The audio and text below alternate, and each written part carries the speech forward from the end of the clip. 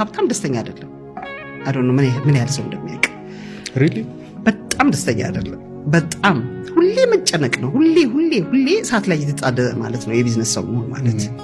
ምክንያቱም አንደኛ እንደ ኢትዮጵያ አይነት ሀገር ትልቅ ቻሌንጂንግ የሆነ ሀገር ማለት በየደቂቃው ፖሊሲ የሚቀያየርበት ሀገር ላይ ማቶ እንኳን እዚህ አሜሪካን ሀገርም ቢሆን የቢዝነስ ሰው መሆን ማለት ራስን ላይፍን ዴዲኬት ማድረግ ማለት ነው 24/7 ምንም ይሄ ረፍት ጅንጉልጓል የሚባል ነገር የለም።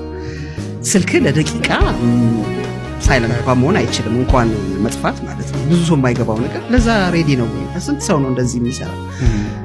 ብዙ ጊዜ አሁን የኛ ሰራተኞች ሆነ ይመጡና 5 o'clock ላይ ስልኩን አጥፍተው ሊጠፉ ይፈልጋሉ። ስንት የጨረታ ዶክመንት ስንት አንተ እኮ ሞትና ሽረት ላይ ነው። ስለዚህ ነው የ50-60 ሰራተኛ ነው የቢዝነሱ ሰው የሚሰራው። ምክንያቱም በጣም ከባድ ነው ማለት እሱ ውስጥ አንተ በስትሪንግ ልከተበት አትችልም። ኢንተርፕረነርሺፕን ዲሲፕሊኑን ልከታ አትችልም።